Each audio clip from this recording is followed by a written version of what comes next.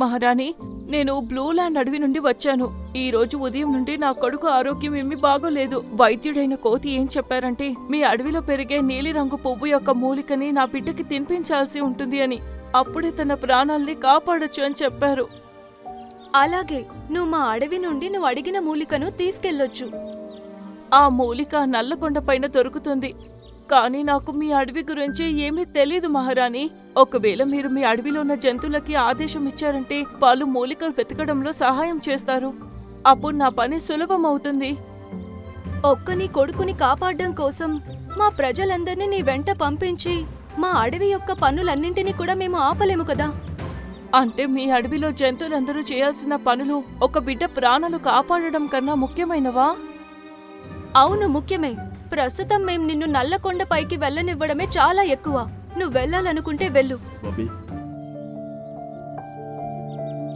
ఒకరోజు సాయంత్రం షేర్ ఖాన్ మరియు తన భార్య మహారాణి తమ సింహాసనం మీద కూర్చుని ఉన్నాయి.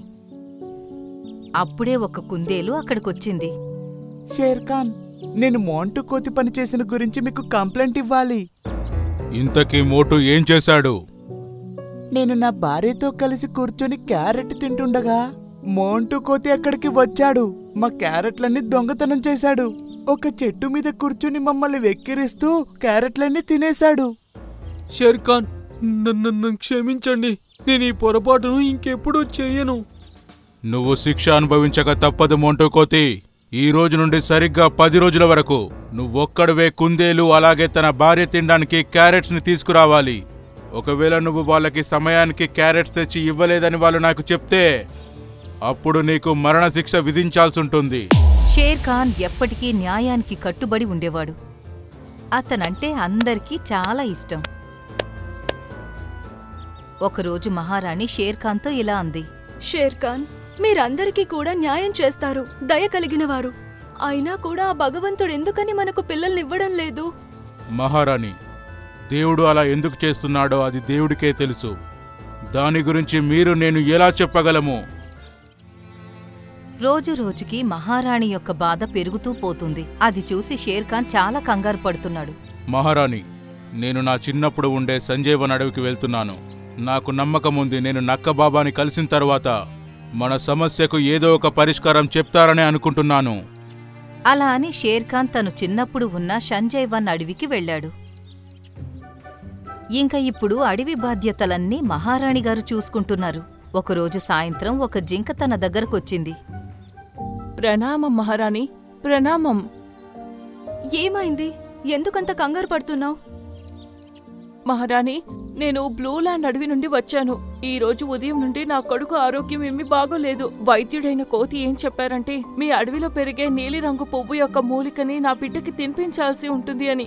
అప్పుడే తన ప్రాణాల్ని కాపాడొచ్చు అని చెప్పారు. అలాగే నువ్వు మా అడవి నుండి నువ్వు అడిగిన మూలికను తీసుకెళ్లొచ్చు.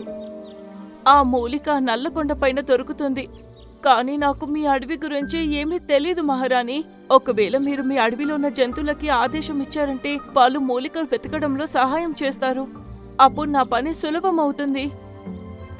నీ కొడుకుని కాపాడడం కోసం మా ప్రజలందరినీ నీ వెంట పంపించి మా అడవి యొక్క పనులన్నింటినీ కూడా మేము ఆపలేము కదా.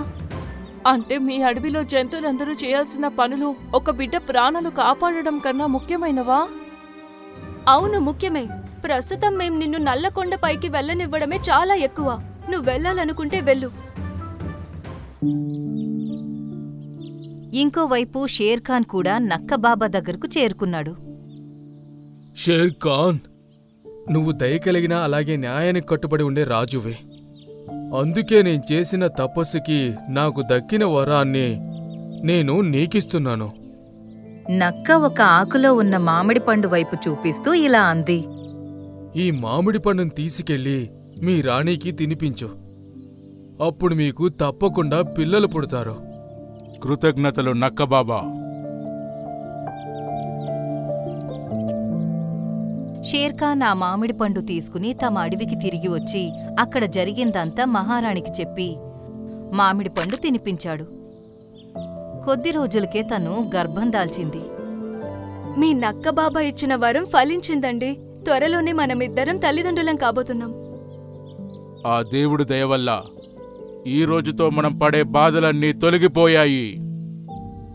కొద్ది రోజుల తర్వాత మహారాణికి బిడ్డ పుట్టింది. అడవిలో అన్నీ సంతోషంగా ఉన్నాయి. కాని రాత్రైనా కాని బిడ్డ ఏం మాట్లాడలేదు, అలాగే తన స్థానం నుండి లేవలేదు. తనేం మాట్లాడడం లేదెందుకు? అవి తమ అడవిలో ఉన్న వైద్యుడు గుడ్లగూబను పిలిపించాయి.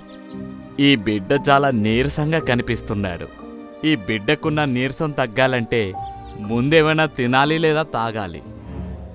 కాని ఆ బిడ్డ కనీసం నోరు కూడా తెరవడం లేదు. ఇంకా షేర్ఖాన్ ఆలస్యం చేయకుండా నక్కబాబాని పిలిపించాడు. ఇంతకు ముందు ఇలా ఎప్పుడూ జరగలేదు. నేను ఇచ్చిన వరం ఫలించకపోవడమా? పైగా నువ్వు ఒక న్యాయానికి కట్టుబడి ఉండే రాజువే. అలా అయితే మరి నీ బిడ్డ ఇంత బలహీనంగా ఎలా పుడుతుంది? అదే నాకు కూడా అర్థం కావడం లేదు. అయితే మీరిద్దరూ బాగా గుర్తు తెచ్చుకోండి. మీరెప్పుడైనా ఏదైనా పొరపాటు చేశారా? ఎవరికైనా అన్యాయం చేశారా? లేదా ఎవరినైనా బాధ పెట్టారా? ఒకసారి బాగా గుర్తు తెచ్చుకోండి. అప్పుడే మహారాణి బాగా ఆలోచించింది. అవును, ఒక జింక తల్లి బిడ్డ ఆరోగ్యం బాగోలేదు. తను సహాయం కోసం నా దగ్గరకొచ్చింది, కానీ నేను తనకి ఎటువంటి సహాయం చేయలేదు. నువ్వు ఒక తల్లి పడే బాధని అర్థం చేసుకోనప్పుడు పైనున్న ఆ దేవుడు నీకు తల్లయ్యే వరం ఎలా ఇవ్వగలడు? ఎలా అయితే నీ బిడ్డని అనారోగ్యంగా చూసి నీకు బాధ కలుగుతుందో, పాపం ఆ తల్లి పరిస్థితి కూడా అదే. నువ్వు తనకి సహాయం చేసి ఉండాల్సిందే. అవును, నాకు తల్లి అయ్యే అర్హత లేదు, ఎందుకంటే నేను ఆ తల్లి బాధని అర్థం చేసుకోలేదు. కానీ నేనిప్పుడు వెళ్ళి తనకి సహాయం చేస్తాను. తన బిడ్డని కాపాడడానికి నేను తనకి సహాయం చేస్తాను. అలా అంటూ మహారాణి ఒంటరిగా నల్లకొండ వైపుకి పరుగు తీసింది. నేను కూడా వెళ్తాను. వద్దు, ఈ పని తను ఒంటరిగానే చెయ్యాలి. మహారాణి నల్లకొండపైకి వెళ్లి చూస్తే జింక తల్లి అక్కడే నిల్చుని ఉంది. నల్లకొండ యొక్క గేటు దగ్గర 2 చిరుతలు కాపలాగా ఉన్నాయి. ఇప్పుడు నేను నా బిడ్డని ఎలా కాపాడుకోవాలి? నేనక్కడికి వెళ్ళానంటే ఆ చిరుతలు నన్ను చంపేస్తాయి. తల్లి జింక, తల్లి జింక మహారాణి గారిని తన ముందు చూసి ఆశ్చర్యపోయింది. నన్ను క్షమించు తల్లి జింక. ఆ రోజు నీకు సహాయం చేయకుండా నేను తప్పు చేశాను. కానీ బిడ్డ విషయంలో ఒక తల్లి పడే బాధేంటో అది నాకు ఈ రోజు అర్థమయ్యింది. తన నోటి నుండి ఈ మాటలు విని తల్లి జింకకి చాలా ఆశ్చర్యం కలిగింది. పద నాతో పాటు. ఇంకా అవి 2 నల్లకొండ యొక్క గేటు వైపుకి బయలుదేరాయి. ఆ చిరుతలు 2 జింకను చూసి అత్యాశపడ్డాయి. అరే వా, ఒక జింక. తన మాంసం చాలా రుచికరంగా ఉంటుంది.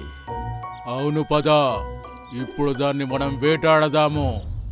తనొక జింక అనేది నిజమే, కానీ ఆ జింకతో పాటు మీ మహారాణి కూడా ఉంది కదా, అది మీకు కనపడ్డం లేదా? తన మాట విని 2 ఆశ్చర్యపోయాయి. అరే మహారాణి, క్షమించండి, చెప్పండి, మీరేంటి ఇక్కడ? ఈ జింక యొక్క బిడ్డ ఆరోగ్యం బాగోలేదు.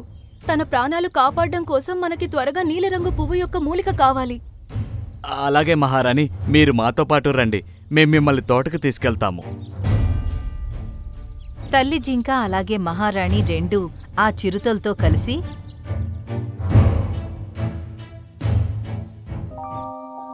నల్లకొండ యొక్క తోటలో ఆ మూలికల్ని వెతకడం మొదలుపెట్టాయి.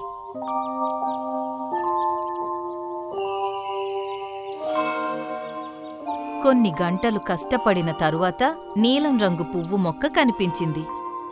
మీరడిగిన మొక్క ఇదే మహారాణి గారు. చిరుత ఆ మొక్కను పీకి మహారాణికి ఇచ్చింది.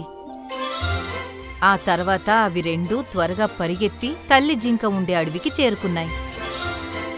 తల్లి జింక వెంటనే తన బిడ్డకి ఆ మూలిక తినిపించింది. వెంటనే తన ఆరోగ్యం బాగైంది. మహారాణి గారు, మీకు చాలా చాలా కృతజ్ఞతలు.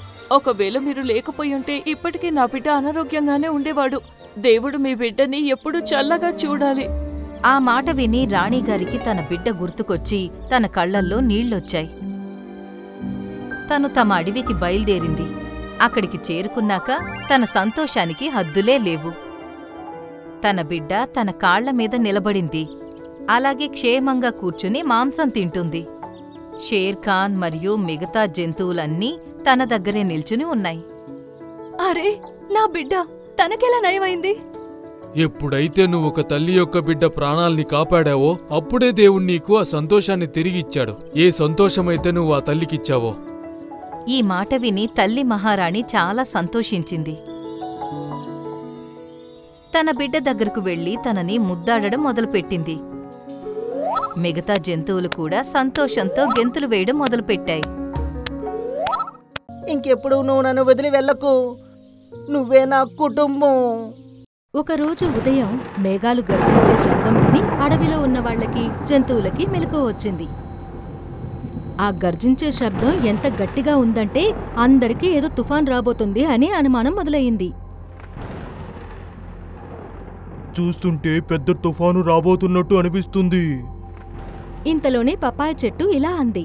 నువ్వేం కంగారు పడకు, నేను ఉండగా మీరు భయపడాల్సిన అవసరమేం లేదు. అలా అన్న వెంటనే పపాయ చెట్టు తన పొట్టని తెరిచింది. ఇలా చూడండి, భూమిపైన ఎక్కడైతే నా విత్తనాలుంటాయో అసలక్కడ ఆ ప్రదేశంలో తడే అవ్వదు. వెళ్ళండి, అన్ని చోట్ల అవి చల్లండి. తన మాటలు విని కొంగ ఆ విత్తనాల్ని తన కాళ్లతో పట్టుకొని గాల్లోకి ఎగిరిపోయింది. అది ఒక్కో విత్తనాన్ని కొంచెం కొంచెం దూరంలో వేస్తూ పోయింది.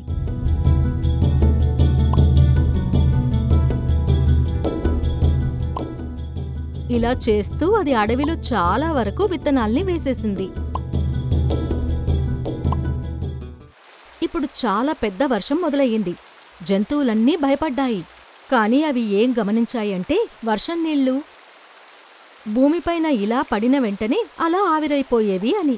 ఇది చూసి జంతువులన్నీ సంతోషించి వర్షంలో ఎగురుతూ గెంతులేస్తూ తడుస్తూ ఉన్నాయి. అక్కడికి దగ్గర్లో ఇంకో పక్క ఉన్న అడవిలో జంతువులకి కష్టాలొచ్చాయి. ఒక పిచ్చుకకి చిన్న పిల్ల ఉండేది. దానికి ఇంకా మాటలు కూడా రావు. అది దాని గూటిలో కూర్చొని ఉంది. ఓర్ దేవుడా, అడవిలో నీళ్లు నిండడం మొదలైపోయింది. ఒకవేళ ఈదురుగాలి వల్ల నా చెట్టు పడిపోతే నా బిడ్డ నీళ్ళలో కొట్టుకుపోతుంది. కోతి అన్న కూడా కనుచూపు మేర వరకు ఎక్కడా కనిపించడం లేదు. ఇప్పుడు ఏం చేయాలో అర్థం కావట్లేదు. ఇంతలోనే పెద్దగా గాలివాన మొదలయ్యింది. దాని చెట్టు కూడా కదలడం మొదలయ్యింది. అప్పుడే దాని గూడు కూడా కింద పడిపోయింది. అయ్యో, నా బిడ్డ! అది కూడా బిడ్డ వెంట ఎగరడానికి చూసింది. కాని గాలి ప్రవాహం దాన్ని వెనక్కి లాగేసింది. గూటితో పాటు పిల్ల కూడా గాలి ప్రవాహం వైపుకి కొట్టుకుపోయింది. పాపం, దానికింకా మాటలు కూడా రావు. వర్షం పడటం దానికొక ఆటలాగా అనిపిస్తుంది. అది ఎంతో దూరం అలానే ప్రవహిస్తూ ఉంది. ఇంకోవైపు దాని తల్లి బిడ్డ కోసం బాధపడుతూ ఏడుస్తూ ఉంది. అది తుఫాన్ ఆగడం కోసం ఎదురుచూస్తోంది. ఇంకోవైపు పిల్ల ప్రవహిస్తూ నది దగ్గరికి చేరుకుంది. నదికి ఇంకోవైపు పపాయ చెట్టు ఉండే అడవి ఉంది. అక్కడ వర్షం అయితే పడుతుంది కానీ భూమి మాత్రం అస్సలు తడవడం లేదు. సరే, మీరు స్నానం చేస్తూ ఎంజాయ్ చేయండి, నేను మళ్ళీ నీళ్లు తాగి వస్తాను. త్వరగా రా. కొంగ అక్కడి నుండి నీళ్లు తాగడానికి నది ఒడ్డుకి వచ్చింది. అక్కడ అది గూటిలో ఉన్న ఒక చిన్న పిల్ల దాదాపుగా వేగంగా ప్రవహిస్తున్న జలపాతంలో చిక్కుకుపోవడం చూసింది. వద్దు! అది వేగంగా దాని దగ్గరికి వెళ్లి దాని కాళ్లల్లో ఆ బిడ్డను పట్టుకుని గాల్లో పైకి తీసుకెళ్ళింది. ఖాళీ గూడు జలపాతంలో చిక్కుకొని కిందికి పడిపోయింది. కొంగ ఆ పిల్లని తీసుకుని తిరిగి దాని స్నేహితుల దగ్గరికి చేరుకుంది. అక్కడ అవన్నీ పపాయ చెట్టు దగ్గర వర్షంలో స్నానం చేస్తున్నాయి. చూడు కొంగ, నీకు ఈ పిల్ల ఎక్కడ దొరికింది? ఎంత ముద్దగా ఉందో! పిల్లకి జంతువులన్నిటినీ చూసేసరికి ఒక రకమైన కొత్త అనుభూతి కలిగింది. అది ఇంతకు ముందు ఎప్పుడూ ఇలా రకరకాల జంతువుల్ని చూడలేదు. తను నదిలో కొట్టుకుపోతూ కనిపించింది. దాదాపు జలపాతంలో చిక్కుకుపోయింది. నేను సమయానికి అక్కడికి వెళ్లడమే మంచిదైంది. నేను తనని కాపాడగలిగాను. తనని నా సొంత బిడ్డలాగా చూసుకుంటాను. జంతువులన్నీ ఆ కొంగకున్న పెద్ద మనసును చూసి సంతోషించాయి. కొంగ దాన్ని చాలా బాగా చూసుకుంటూ ఉండేది. కొన్ని రోజుల తర్వాత పిల్ల మాట్లాడడం నేర్చుకుంది. కొంగ దానికి పేరు కూడా పెట్టుకుంది. ఒకరోజు కొంగ దాని పిల్ల పపాయ చెట్టు నీడలో కూర్చొనున్నాయి. ఇంతలోనే దాని చూపు ఒక పక్షి పైన పడింది. అది చూడ్డానికి అచ్చం దాన్లాగే ఉంది. ఆకాశంలో ఎగురుతూ ఉంది. అలా అంటూ అది కొంగ ఒళ్ళో నుండి లేచి ఆ పక్షి వెనక్కి వెళ్ళింది. అది చూసి కొంగకి భయం వేసింది. మిత్రమా, ఎక్కడికి వెళ్తున్నావు? ఇది విని పిల్ల ఒకసారి తిరిగి ఎగురుతున్న పక్షి వైపుకి చూసింది. అది దాన్ని అస్సలు చూడనైనా చూడలేదు. తిరిగి అది కొంగ వైపుకి చూసింది. దాని కళ్ళల్లో నుండి నీళ్లు కారుతున్నాయి. అది గమనించి అది వేగంగా ఎగురుతూ కొంగ దగ్గరికి వచ్చింది. కొంగ దాన్ని గట్టిగా హత్తుకుంది. ఇంకెప్పుడు నువ్వు నన్ను వదిలి వెళ్ళకు, నువ్వే నా కుటుంబం. పిల్ల కూడా దాన్ని హత్తుకుని ఆకాశంలో ఆ పక్షిని చూస్తూ ఉంది. అప్పటికి అది చాలా దూరం వెళ్ళిపోయింది. మరుసటి రోజున అడవికి రాబందు వచ్చింది. ఓరి దేవుడా, మీ అడవి చాలా బాగుందే. ఇక్కడ భూమి కూడా పొడిపొడిగా ఉంది. మా అడవిలో అయితే చాలా పెద్ద వర్షం పడింది. అందుకే జంతువులన్నీ అడవిని వదిలి పారిపోయాయి. అరే, అదెలా సాధ్యమవుతుంది? నేను ఇప్పుడే వెళ్ళి మీ అడవిలో ఉన్న కష్టాల్ని దూరం చేస్తాను. నువ్వు ఒక కొంగవయ్యుండి మా అడవికి వచ్చిన సమస్యను నువ్వు ఎలా దూరం చేస్తావు? నా విత్తనాలున్నాయి కదా, బహుశా కొంగ నా విత్తనాల్ని ఉపయోగించాలని అనుకుంటుందేమో. మీరు బాగా అర్థం చేసుకున్నారు మిత్రమా. కొంగ పపాయా చెట్టు విత్తనాల్ని తీసుకుని అక్కడ్నుండి బయలుదేరి వెళ్ళిపోయింది. రాబందు ఉండే అడవికి వెళ్లి చూస్తే అక్కడ మొత్తం నీళ్లతో నిండిపోయి ఉంది. జంతువులన్నీ కంగారు పడుతున్నాయి. ఒక్కొక్క చోట ఒక్కొక్కటి ఇరుక్కుపోయి ఉన్నాయి. అది ఒక్కొక్కటిగా పపాయా చెట్టు విత్తనాల్ని కొంచెం కొంచెం దూరంలో వేస్తూ వెళ్తూ పోయింది. ఎక్కడెక్కడైతే పపాయా విత్తనాలు పడేవో అక్కడక్కడ దూరం వరకు నీళ్లు ఆవిరైపోయేవి. అలాగే భూమి మంచిగా అయిపోయేది. ఇలా చేస్తూ అది దాదాపు సగం అడవిని బాగుచేసింది. జంతువులన్నీ ఇప్పుడు ఆనందంగా ఉన్నాయి. అలాగే చేతులూపుతూ కొంగకి కృతజ్ఞతలు చెప్పాయి. అడవి నుండి వెళ్లిపోయిన మిగతా జంతువులన్నీ కూడా తిరిగి అడవికి వచ్చేశాయి.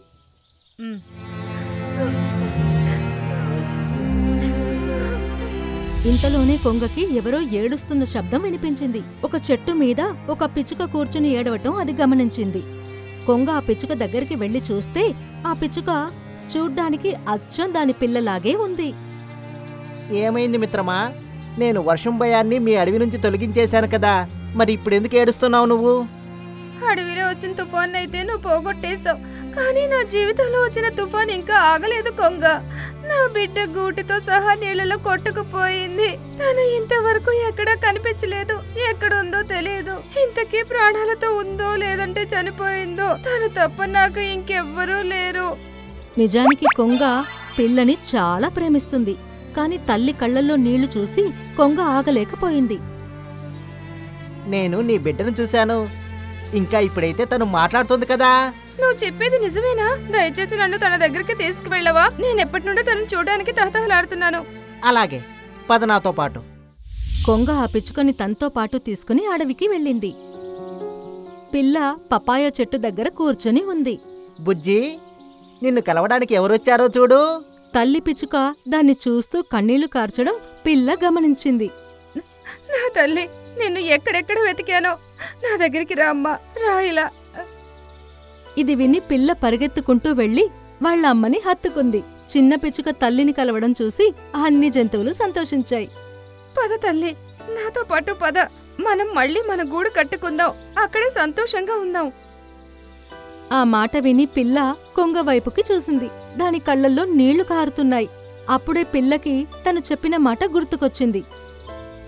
ఇంకెప్పుడు నన్ను వదిలి వెళ్ళకు, నువ్వే నా కుటుంబం బుజ్జి.